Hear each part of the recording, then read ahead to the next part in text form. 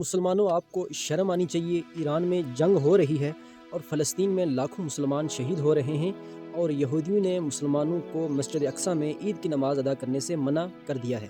ये 50 साल बाद ऐसा वाक़या हुआ है। किसी मुसलमान मुल्क ने इसराइल और अमेरिका की मज़ामत नहीं की। किसी ने इसराइल और अमेरिका को धमकी नहीं दी है कि आप फ़ौरन फ़लस्तीन के मुसलमानों को मस्जिद अक्सा में नमाज़ पढ़ने की इजाज़त दें। कम अज़ कम आप इतना तो इन्हें बोलना चाहिए। कम अज़ कम आपके अंदर इतनी तो गैरत होनी चाहिए। ख़ास करके पाकिस्तान के पास एटम बम है। आप कम अज़ कम इतना तो बोल सकते हैं कि फ़लस्तीन के मुसलमानों को नमाज़ पढ़ने दें। आपने बेगैरती की हदें क्रॉस कर दी हैं। पूरी दुनिया में 52 इस्लामिक मुल्क हैं, उनमें से किसी भी मुसलमान मुल्क ने गैरत का मुज़ाहिरा नहीं किया है। पाकिस्तान को ख़ास करके भरपूर मज़ामत करनी चाहिए थी, अमेरिका को धमकी देनी चाहिए थी और यहाँ पाकिस्तान के सियासतदान खुशियाँ बना रहे हैं। मुसलमानों आपको मरना चाहिए। आप खुशियाँ बना रहे हो, हमारे मुसलमान ज़ख्मी हो रहे हैं, शहीद हो रहे हैं। देखें जी, इस टाइम जो पाकिस्तानियों की जो ज़िंदगी है वो एक गिदड़ की तरह ज़िंदगी है। ये गिदड़ की तरह ज़िंदगी गुजार रहे हैं।